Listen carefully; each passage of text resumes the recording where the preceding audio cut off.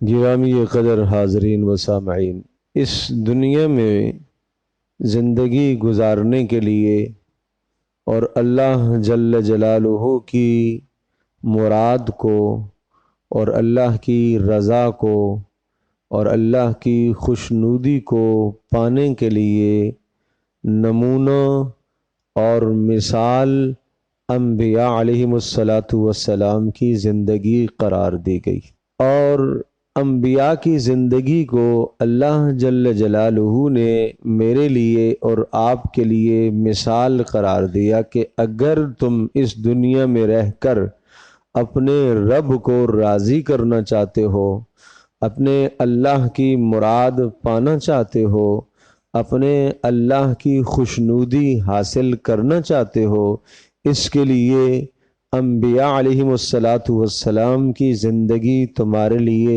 ایک نمونہ، ایک سمپل مثال اور ایک بالکل مکمل طور پر آئیڈیل ہے۔ اس زندگی کو سامنے رکھ کر آپ اپنی زندگی کو گزار سکتے۔ ان انبیاء علیہم السلام کی زندگی وہ آپ کے سامنے مثل آئینے کے ہے۔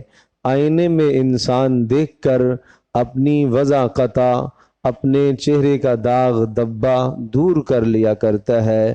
انبیاء علیہم السلام کی مبارک زندگی دیکھ کر آپ بھی اپنی زندگی کا رخ درست کر لو، متعین کر لو۔ پھر خیال آتا ہے کہ انبیاء علیہم السلام کا مقام تو بہت بلند ہے، کہاں میں اور کہاں نبی، میری کیا حیثیت، اور انبیاء علیہم السلام کی تو بلند ترین حیثیت ہے اللہ کے ہاں۔ اللہ پاک نے اس کا جواب ذکر فرمایا ہے، وَلَقَدْ أَرْسَلْنَا مِن قَبْلِكَ رُسُلًا، اے نبی آپ سے پہلے بھی ہم نے رسول بھیجے ہیں، لیکن آپ سے پہلے ہم نے جتنے بھی رسول بھیجے ہیں ہر رسول کے لیے ہم نے ازواج، ان کی بیویاں بھی قرار دیں، ان کی شادیاں بھی ہوئیں اور نبیوں کی اولادیں بھی ہوئیں۔ وَلَقَدْ أَرْسَلْنَا رُسُلًا مِّن قَبْلِكَ وَجَعَلْنَا لَهُمْ أَزْوَاجًا وَذُرِّيَّةً، ہر رسول کی اللہ تبارک تعالیٰ نے فرمایا ہم نے ان کی بیویاں بھی قرار دی، یعنی شادیاں بھی کروائیں اور ان کی اولادیں بھی ہوئی۔ کیوں کہا؟ یعنی آپ اس دنیا میں رہنے کے لیے، دنیا میں وقت گزارنے کے لیے آپ یہ کہو گے مجھے کمائی کی ضرورت ہے، میری بیوی ہے، میرے بچے ہیں، میرے قرابت دار ہیں، میرے رشتہ دار ہیں، میں ان کے ساتھ نباہ کیسے کروں گا؟ میں ان لوگوں کے ساتھ نباہ کروں یا میں اللہ کو راضی کروں؟ میں اپنے بیوی بچوں کا پیٹ پالوں یا میں اپنے اللہ کو راضی کروں؟ میں اپنے بیوی بچوں کی کمائی کے لیے دن رات مارا پھروں یا میں اللہ کو راضی کروں؟ تو اللہ نے جواب دیا کہ جو انبیاء گزرے ہیں وہ بھی انسان ہی تھے، اور ان نبیوں کی بھی ہم نے بیویاں بنائی ہیں، اور ان نبیوں کی بھی شادیاں ہوئی ہیں، اور ان نبیوں کی بھی اولادیں ہوئی ہیں۔ تو انہوں نے اپنی بیویوں کی ضروریات کو بھی پورا کیا اور اپنے رب کو بھی راضی کیا۔ انہوں نے اپنی اولادوں کی بھی نگہداشت کی اور ان کی تربیت بھی کی اور اپنے اللہ کو بھی راضی کیا۔ اور اگر تمہیں یہ شبہ ہو کہ وہ کوئی اور مخلوق تھی، نہیں، سارے کے سارے انبیاء علیہم السلام اللہ نے انسان بنائے۔ یہ بات بھی سمجھا دی کہ سب کے سب انبیاء ہم نے انسان بنائے، لہٰذا تم یہ نہ کہیے گا کہ انبیاء شاید ایسی مخلوق تھی کہ ان کو نہ کھانے کی ضرورت، نہ پینے کی ضرورت، نہ پہننے کی ضرورت، اور جناب ان کو نہ بیوی کی ضرورت، نہ بچے کی ضرورت، نہ وہ بیمار ہوتے۔ نہیں بھائی، وہ بیمار اور ان کو تکلیف تو تم سے زیادہ ہوتی ہے۔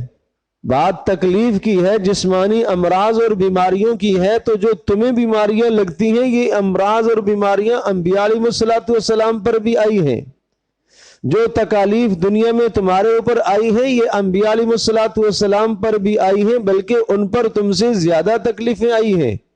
بیوی بچے تمہارے بھی ہیں، انبیاء علیہ السلام کے بھی ہیں، انسان تم بھی انسان ہی ہو، انبیاء علیہ الصلوۃ والسلام بھی انسان ہی تھے۔ تو اب پتہ یہ چلا کہ تمہارے لیے سب سے خوبصورت اور سب سے بہترین اور سب سے اعلیٰ اور عرفہ زندگی، جس زندگی کو آپ اپنے لیے نمونہ سمجھو، وہ کس کی زندگی ہے؟ انبیاء علیہ الصلوۃ والسلام۔ کس کی زندگی؟ سب نبیوں کی زندگی کو اللہ پاک نے نمونہ قرار دیا۔ خاص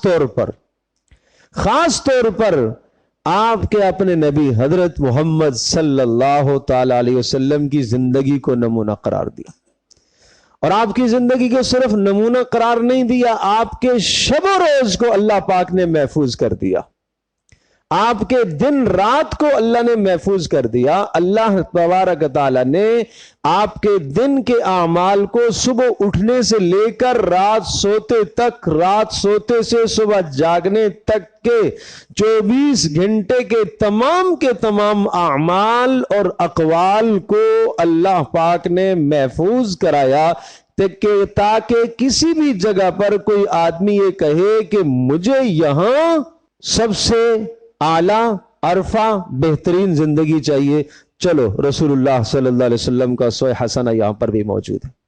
مجھے صبح اٹھ کے سب سے بہتر عمل کیا کرنا چاہیے، رسول اللہ کی زندگی تمہارے لیے مثال ہے۔ مجھے بیوی کے ساتھ برتاؤ کیسے کرنا چاہیے، رسول اللہ صلی اللہ علیہ وسلم کی زندگی مثال ہے۔ مجھے اپنے ماتحتوں کی تربیت کیسی کرنی چاہیے، رسول اللہ صلی اللہ علیہ وسلم کی زندگی مثال ہے۔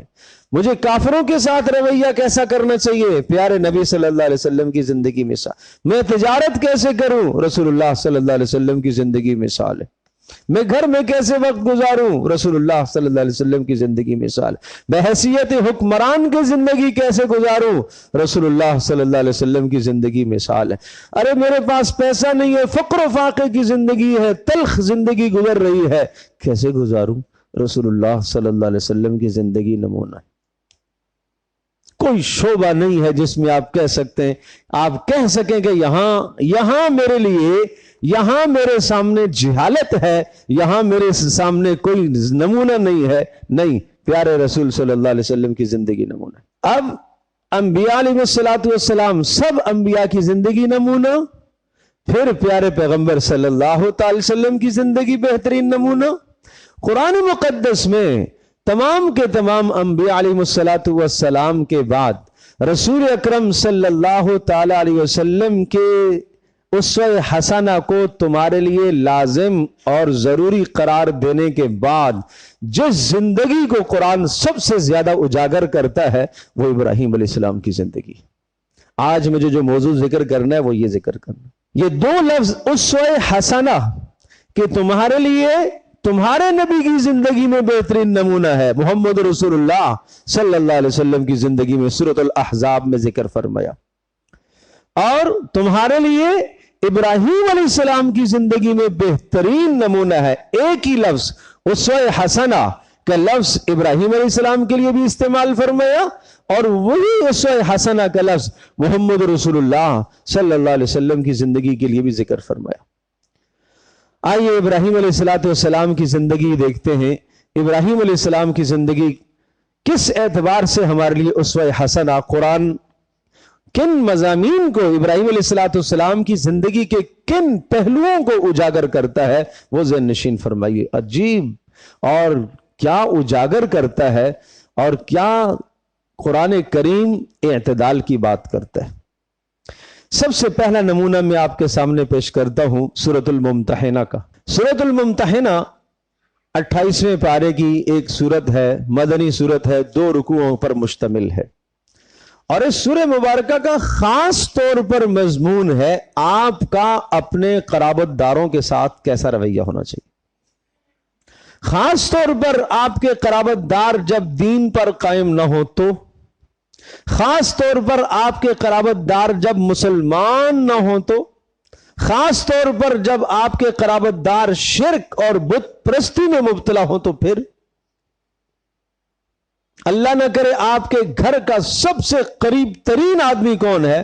باپ، ماں، بہن، بھائی، اقربا، اعزا، اگر یہ اسلام پر قائم نہ ہو، یہ دین پر قائم نہ ہو، یہ کفر کی زندگی گزار رہے ہو، تو اس موقع پر مجھے کیا کرنا چاہیے؟ یہاں ابراہیم علیہ السلام کا اسوہ حسنہ پیش کیا گیا۔ قرآن یہاں اس جگہ پر قرابت داری کے معاملے میں ابراہیم علیہ السلام کا اسوہ حسنہ اجاگر کرتا ہے، واضح کرتا ہے، اور یوں کہتا ہے قد کانت لکم اسوۃ حسنۃ فی ابراہیم والذین معہ، تمہارے لیے ایک خوبصورت مثال ہے ابراہیم علیہ السلام کی زندگی میں، اور وہ لوگ جو ابراہیم علیہ السلام کے ساتھ ایمان لائے، ابراہیم علیہ السلام کے رفقا، ان کی زندگی میں تمہارے لیے ایک خوبصورت نمونہ ہے۔ کس معاملے میں؟ اذ قالوا لقومهم انا براء منکم ومما تعبدون من دون اللہ، سامنے خاندان ہے، قرابت دار ہیں، بیچ میں دیوار حائل ہے، کس کی؟ ادھر ایمان ہے، سامنے کفر ہے، کفر اور ایمان کے بیچ میں دیوار ہے، حجاب ہے، پردہ ہے۔ میں یہ نہیں کہوں گا کہ یہ جو تمہارے رشتہ دار ہیں جی، یہ تو ہمارے قرابت دار ہیں، ہم ان کی ہر محفل میں شریک نہ ہوں، ہم ان کے ہر پروگرام میں شریک نہ ہوں، ہم ان کی شرکیہ اور ناجائز باتوں میں شریک نہ ہوں، تو قرابت داری ٹوٹے گی، قطع تعلق ہو جائے گا۔ ابراہیم علیہ السلام کہہ رہے ہیں انا براء منکم ومما تعبدون من دون اللہ، خبردار میرا کھلا اور واضح اعلان سن لو، میں تم سے اور تم جن کی بندگی پوجا اور پرستش کر رہے ہو، اور جن جن شرکیہ عقائد و نظریات کے آپ حامل ہو، میں ان تمام کے تمام شرکیہ عقائد اور نظریات سے براءت کا اظہار کر رہا ہوں، میرا تمہارے سے اس معاملے میں کوئی تعلق نہیں۔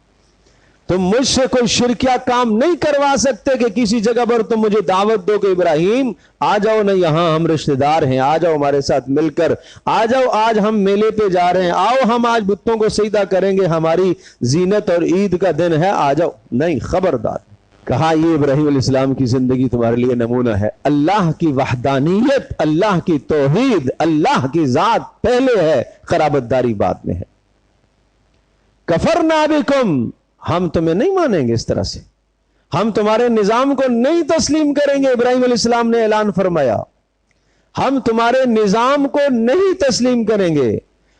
بدا بیننا و بینکم العداوۃ والبغضاء، ہمارے اور تمہارے درمیان میں تمہارے کفر کی وجہ سے، تمہارے غلط نظریات کی وجہ سے، تمہارے باطل عقائد کی وجہ سے، اور تمہارے غلط رسم و رواج کی وجہ سے ہمارے اور تمہارے درمیان میں ہمیشہ بغض اور عداوت رہے گا۔ ہاں، بغض و عداوت ختم کرنا ہے تو ایک راستہ ہے، حتی تؤمنوا باللہ وحدہ، اللہ پر ایمان لے آؤ، اللہ کے قانون کو مان لو، اللہ کے فیصلوں کو تسلیم کر لو، تو پھر ہم آپ کو گلے لگائیں گے۔ اگر اللہ کے فیصلوں کو آپ تسلیم نہیں کرتے ہو، پھر ہمارا اور آپ کا کوئی تعلق نہیں ہے، ہم آپ کی کے ساتھ کسی برائی میں شریک نہیں ہو سکتے۔ تو میں عرض کر رہا ہوں آج یہ ہمارے لیے ابراہیم علیہ السلام کی زندگی نمونہ ہے۔ لیکن میں عرض کر رہا تھا، ایک جملہ میں نے بولا تھا، قرآن خوب اعتدال کی بات کرتا ہے، پوری ابراہیم علیہ السلام کی زندگی اسوہ حسنہ اور نمونہ ہے، لیکن ایک چیز ابراہیم علیہ السلام کی زندگی کی مستثنا کر دی، یہ چیز تمہارے لیے نمونہ نہیں ہے۔ ابراہیم علیہ السلام کی ساری زندگی تمہارے لیے نمونہ ہے، ایک عمل ابراہیم علیہ السلام کا تمہارے لیے نمونہ نہیں ہے، اس کو نہ اختیار کرنا۔ وہ کیا ہے؟ ابراہیم علیہ السلام الا قول ابراہیم لابیہ لاستغفرن لک وما املک لک من اللہ من شیء، ابراہیم علیہ السلام نے جو اپنے باپ جو کفر پر تھا اس کے لیے استغفار کیا تھا کہ اے اللہ میرے باپ کو معاف کر دے، بخش دے، فرمایا اس میں تمہارے لیے ابراہیم علیہ السلام کی زندگی اسوہ حسنہ قابل نمونہ نہیں ہے۔ اگر باپ کافر ہو تو اس کے لیے استغفار کرنا جائز نہیں ہے۔ اگرچہ ابراہیم علیہ السلام نے یہ بھی اعلان کیا وما املک لک من اللہ من شیء، کہ میں اللہ پاک کے عذاب سے آپ کو نہیں بچا سکتا، آپ نے باپ کو یہی کہا تھا، اور دوسری جگہ پر قرآن کریم صفائی بھی پیش کرتا ہے ابراہیم علیہ السلام کی سورہ توبہ کے اندر کہ ابراہیم علیہ السلام اپنے باپ کے لیے استغفار کرتے رہے اور فلما تبین له انه عدو للہ تبرأ من، جب ابراہیم علیہ السلام کو اللہ کی جانب سے اس بات کا علم ہو گیا کہ میرے باپ کا خاتمہ کفر پر ہی ہوگا اور یہ اللہ کا دشمن ہی رہے گا، تبرأ من، ابراہیم علیہ السلام نے ان سے بھی برات کا اظہار کر دیا۔ تو ابراہیم علیہ السلام کا اسوہ یہاں نمونہ قرار دیا۔ سورۃ الانعام کے اندر آیت نمبر 71 سے لے کر آیت نمبر 90 تک بڑی تفصیل سے انبیاء کے حالات ذکر فرمائے، اور وہاں پر بھی ابراہیم علیہ السلام کی زندگی کو خوب اجاگر کیا، ابراہیم علیہ السلام کی زندگی کو نمونہ قرار دیا۔ ابراہیم علیہ السلام کی زندگی کو اس جگہ پر، یعنی تمام کے تمام انبیاء سمجھ لیجئے 1.25 انبیاء جتنے بھی آئے سب نبیوں کا تذکرہ اس ایک جگہ پر آ گیا، لیکن اس ایک جگہ پر بھی تذکرہ کرنے میں سب سے نمایاں کردار کس کا؟ ابراہیم علیہ السلام کا۔ کس میں؟ اللہ کی توحید میں، اللہ کو ایک ماننے میں، اللہ کی وحدانیت میں۔ نہ انہوں نے کسی ستارے کی پوجا کی، نہ انہوں نے کسی چاند کو پوجا، نہ انہوں نے سورج کو پوجا، نہ انہوں نے کسی اور شے کو پوجا، بلکہ انہوں نے برملا یہ اعلان فرمایا انی وجہت وجہی للذی فطر السماوات والارض حنیفا وما انا من المشرکین، میں نے اپنے آپ کو اس ذات کے سپرد کر دیا ہے جس نے آسمانوں اور زمینوں کو پیدا کیا ہے، اور وما انا من المشرکین، میں شرک کرنے والوں میں سے نہیں۔ اور ابراہیم علیہ السلام کی خاص خوبی جو قرآن ذکر کرتا ہے، حنیفن، ہر برائی سے بیزاری کا اظہار کرنے والے، کفر سے، شرک سے، نفاق سے، فسق و فجور سے، معاشرے کی ہر گندگی اور غلاظت اور برائی سے کٹ کر تنہا ہو کر اللہ کی عبادت کو بجا لانے والے تھے۔ کبھی ابراہیم علیہ السلام نے ماحول کو نہیں دیکھا، ماحول سازگار نہیں ہے، حالات سازگار نہیں ہیں، کیوں؟ ضروریات دین، توحید کے معاملے میں، رسالت کے معاملے میں ماحول نہیں دیکھا جاتا، فرض کے معاملے میں ماحول نہیں دیکھا جاتا، سب کے سب کفر پر چل رہے ہیں۔ آپ پر ایمان و اسلام واضح ہو گیا تو آپ کے ذمہ لازم ہے، آپ اکیلے ہیں، آپ اسلام کی راہ کو اختیار کریں گے، آپ یہ نہیں کہیں گے کہ ماحول سازگار نہیں۔ یہ ابراہیم علیہ السلام کی زندگی نمونہ ہے۔ سورہ ابراہیم کے اندر ابراہیم علیہ السلام کی زندگی کو نمونہ قرار دیا، اور وہاں کیا قرار دیا؟ وہاں ابراہیم علیہ السلام نے اپنی اولادوں کے لیے جو دعائیں کی ہیں ان دعاؤں کو نمونہ قرار دیا۔ سبحان اللہ۔ ربنا انی اسکنت من ذریتی بواد غیر ذی زرع عند بیتک المحرم، اللہ میں نے اپنی بیوی کو اور اپنے بچے اسماعیل کو اور بیوی ہاجر کو اس وادی غیر ذی زرع کے اندر چھوڑ دیا، جہاں نہ پانی ہے، نہ رہائش کا کوئی انتظام ہے، نہ کھانے کا کوئی انتظام ہے، نہ یہاں کوئی آبادی ہے، نہ کوئی رہنے کے آسائش ہے، نہ کوئی وہاں بنگلہ بنا ہوا ہے، نہ کوئی جھونپڑا بنا ہوا ہے۔ شام سے ہجرت کر کے آئے اور جبریل علیہ السلام ساتھ تھے، جگہ جو متعین جبریل کریں گے علیہ السلام وہاں آپ نے ٹھہرانا ہے۔ کوئی موضوع جگہ راستے میں نظر آتی ابراہیم علیہ السلام کو تو اپنے دل میں بیوی اور بچے کی محبت تو ہے ہی ہے، ہر موضوع مناسب جگہ میں کہنے لگے کہ یہاں ٹھہرا دوں، نہیں، یہاں ٹھہرا دوں، نہیں، یہاں ٹھہرا دوں، نہیں، یہاں ٹھہرا دوں، نہیں۔ مکہ کی سنگلاخ پہاڑیاں آئیں، صفا، مروہ، جبل ابی قبیس، جبل ہند، 4 پہاڑیوں کے بیچ میں ایک خوفناک وادی۔ راستہ دور سے گزر رہا ہے، ادھر سے راستہ بھی نہیں گزر رہا تھا کہ یہاں کوئی گزرنے والا حال احوال پوچھ لے گا، نہیں، خوفناک وادی۔ جبریل علیہ السلام نے کہا یہاں، یہاں، یہاں، یہاں چھوڑ دو. تصور تو کرو, کہنا بڑا آسان ہے, کہنا بڑا آسان ہے. آپ شہر کے اندر رہنے والے ہو, آپ کی اہلیہ محترمہ کو شہر کی زبان آتی ہے. میں آپ سے کہوں کہ آپ یہاں سے جا کے اورنگی ٹاؤن میں کسی روڈ پر چھوڑ کے آ جاؤ, شہر کی زبان آتی ہے, کسی سے حال احوال پوچھ لے گی, گھر پہنچائے گی, کوئی سبیل ہو سکتی ہے. اور شیرخوار بچہ ہو اور رات کو آپ وہاں چھوڑ کے آگے, آپ کے دل پر کیا بیتے گی؟ ایک لمحے کے لیے جو بیوی بچے والے لوگ ہیں تصور کریں. ابراہیم علیہ السلام شام سے آئے ہیں, یہاں کی زبان یہ لوگ نہیں جانتے, یہ آبادی یہاں ہے ہی نہیں ہے سرے سے, شاہراہ بھی نہیں ہے کہ گزرنے کا راستہ ہو تو کوئی شاید گزرگاہ ہو تو گزرنے والا آدمی کوئی مسافر خیر خبر پوچھ لے. کوئی جھونپڑا بھی نہیں بنا کے دیا کہ چلو رات کوئی چھت ہو, نہیں. کوئی غار بھی نہیں دکھائی کہ اس کے نیچے رہ جاؤ. کوئی راشن کا انتظام بھی نہیں کیا کہ بھائی یہ 2-4 دن کھا لینا. کوئی پانی کی بوتل بھی بھر کر مٹکا نہیں دیا کہ بھائی یہ رکھ لینا. سبحان اللہ, سبحان اللہ.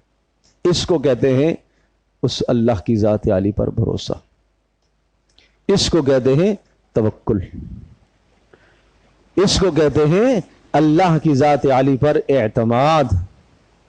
مزید یہ کہ بیوی سے رخصت ہوتے وقت کوئی لمبی چوڑی نصیحت بھی نہیں, چھوڑا واپسی ہو رہی ہے, مل ملا کے بچے کو سینے سے لگا کے گلے لگا کے بیوی کو بتلا کے نہیں, بات بھی نہیں کرنی ہے, چل دیے. کہاں؟ جواب نہیں دینا ہے. پھر جب سوال بیوی نے, کہاں؟ جواب نہیں. پھر کہاں؟ جواب نہیں. اللہ امرک. پھر بیوی سمجھ گئی, حضرت ہاجر بول پڑی, کیا اللہ کا حکم ہے؟ اللہ امرک, اللہ کا حکم. جواب نہیں, سر ہلانا. جواب نہیں کہ میری پیاری اہلیہ مشقت برداشت کر لینا, تکلیف برداشت کر لینا, بچے کا خیال رکھنا برداشت کر لینا. جواب نہیں, بس سر ہلایا. جب سر ہلایا سمجھ گئی بیوی کہ بات اللہ کی ہے, اور بات اللہ کی ہے تو اللہ کے حکم کے سامنے ابراہیم مجھے ویلیو نہیں دے گا. قربان جاؤں ابراہیم پر, لاکھوں جانیں قربان جائیں ابراہیم پر. کہ اب پتہ چلا کہ ابراہیم مجھے ترجیح نہیں دے گا, اب بیٹے کو بھی ترجیح نہیں دے گا, کیونکہ اللہ کا حکم آ گیا ہے. اب ابراہیم ہمیں نہیں دیکھے گا. ٹھیک ہے, راضی ہوں, اللہ کے فیصلے پر راضی ہوں. جملہ سنیے گا, ہاجر کا جملہ. ماں کے لیے یہ جملہ مثال ہے, بیٹی کے لیے یہ جملہ مثال ہے, آج کی خاتون کے لیے یہ جملہ مثال ہے, اللہ پر توکل کرنے والوں کے لیے یہ جملہ مثال ہے. اذن لا یضیعنا. اچھا اللہ نے حکم دیا ہے, بس پھر اللہ ہمیں ضائع نہیں کرے گا, پھر اللہ ہمیں ضائع نہیں ہونے دے گا. یہ ہے توکل. ابراہیم علیہ السلام نظروں سے اوجل ہو گئے, واپس رخ اسی طرف کر کے, دل میں محبت تو ہے, سامنے نہیں, نظروں سے اوجل ہو کے کھڑے ہوئے, دعا کی, رب اجعل ھذا بلدا آمنا. اے اللہ تیرے حکم پر بیوی کو بھی چھوڑ دیا, بچے کو بھی چھوڑ دیا. اے اللہ خوف و خطر کی جگہ ہے, رب اجعل ھذا بلدا آمنا, اس جگہ کو امن والا بنا دے. وارزق اہلہ من الثمرات. اے اللہ ان کی روزی کا انتظام. کس سے مانگنا تھا؟ اللہ سے. یہ کیا سکھانا ہے کہ بھائی روزی اللہ سے مانگو. وارزق اہلہ من الثمرات. نمبر 3, ربنا وابعث فیہم رسولا. اے اللہ چھوڑ کے تو جا رہا ہوں, ان کی تعلیم اور تربیت کے لیے رسول کا انتظام بھی کر دے, معلم بھی بھیج دے. اللہ امن کا مسئلہ بھی حل کر دے, رزق کا مسئلہ بھی حل کر دے, تعلیم کا مسئلہ بھی حل کر دے. یہ شہر میں آباد کر رہا ہوں, اور اس شہر کے سب سے پہلے بانی اور مقیم اس شہر کے میری بیوی ہاجر اور میرا بچہ اسماعیل شیرخوار بچہ ہے. بچہ بھی کوئی جوان نہیں ہے جس سے ماں کو تسلی ہو. اللہ اکبر اللہ اکبر. ابراہیم چلے گئے, پیاس لگی اسماعیل کو, شدید پیاس, اور عرب کی گرمی, اللہ اکبر, تیز گرمی, کوئی سایہ نہیں. بیت اللہ جس جگہ پر, بیت اللہ تو تھا نہیں, جس جگہ پر بیت اللہ ہے اس کے قریب میں چھوڑا اور چکر کاٹے, دوڑی صفا پر. یوں صفا ہے یوں مروہ ہے, صفا پر پہاڑی پر چڑھ کر دیکھ رہی ہیں دور سے کوئی آدمی نظر آ جائے تو اس کو بلاؤں کہ پانی تو پلا دے. نہیں نظر آیا, اتری نیچے, بچے کو بھی دیکھ رہی ہیں, پھر دوڑی, پھر بیچ میں جگہ ایسی آئی کہ جہاں بچہ نظر نہیں آ رہا, وہاں سے ذرا تیز چلی مروہ پر, پھر وہاں دیکھا کوئی نظر نہیں آ رہا. ابراہیم کی بھی نظروں سے اوجل ہو گئے, چلے گئے. پھر واپس, پھر بیچ میں وہی جگہ آئی جہاں سے بچہ نظر نہیں آ رہا, ذرا تیز چلی, پھر واپس صفا پر, یوں صفا مروہ صفا مروہ صفا مروہ, 7 چکر ہو گئے پانی کی تلاش میں. سوچو تو صحیح, یہ اللہ کے لیے قربانیاں انہوں نے دی ہیں, اللہ کو وہ ادائیں وہ پسند آئی ہیں. آج حاجی اور معتمر عمرہ کرنے والا جب تک صفا مروہ کی سعی نہیں کرے گا اس کا حج اور عمرہ قبول نہیں ہے. یہ کس کی یادگار ہے؟ یہ مائی ہاجر کی یادگار ہے, یہ قربانیاں ہیں ان کی. یہ ہے ابراہیم علیہ السلام کا اسوہ حسنہ کہ اولاد پیچھے ہے, اللہ کا حکم پہلے ہے, اللہ کا حکم مقدم ہے, اولاد پیچھے ہے, بیوی بعد میں, اللہ کا حکم پہلے ہے. یہ ابراہیم علیہ السلام کا اسوہ حسنہ ہے. پھر دعائیں سنیے گا. خیر 7 چکروں کے بعد دیکھتی ہیں ایک سفید پوش خوبصورت انسان. یا خدایا یہاں انسان کہاں سے آ گیا؟ جبریل آ گئے, پر مارا جبریل نے, پانی نکل آیا. زم زم, جس کو کہا زم زم کا معنی ٹھہر جا ٹھہر جا ٹھہر جا. اور پیارے پیغمبر صلی اللہ علیہ وسلم نے فرمایا کہ اگر اماں زم زم نہ کہتی تو یہ نہر جاری قیامت تک جاری نہر ہو جاتی. اللہ اکبر. یہ ہے اسوہ حسنہ, یہ ہے اسوہ حسنہ. پھر اللہ قادر مطلق ہے. پھر اللہ نے انتظام کیسے کیا؟ ایک قافلہ گزر رہا تھا, اوپر پرندے منڈلا رہے ہیں, اور وہ پرندے تھے کہ جو پانی دیکھ کر اوپر چڑھتے ہیں, اور پانی کے کنویں اور جہاں پانی ہوتا ہے وہاں یہ منڈلاتے ہیں. قافلے نے سوچا بارہا یہاں سے گزرے, یا خدا وقت تو چلا ہی گیا, بارہا یہاں سے گزرے تو یہ تو ہم نے کبھی پرندہ یہاں نہیں دیکھا, اور یہاں پانی ہم نے دیکھا ہی نہیں ہے, یہ کیا ہے؟ بہرحال عقل تو نہیں مان رہی کہ یہاں کوئی پانی ہوگا, چلو بیچ کے دیکھتے ہیں. دیکھا تو جناب ایک خوبصورت چشمہ پانی کا, اور ایک مائی بیٹھی ہوئی ہے. اماں پانی بھر سکتے ہیں؟ ہاں ہاں بھر سکتے ہیں. یہ اسوہ حسنہ ہے کہ پانی میں اجازت دے دیا کرو بھائی. آج میں پڑوسی والے کو اجازت دوں گا پانی؟ میں اپنے گھر سے کسی کو پانی بھر کے دے سکتا ہوں؟ میں اپنی موٹر سے کسی کو پانی بھر کے دے سکتا ہوں؟ بجلی خرچ ہوتی ہے.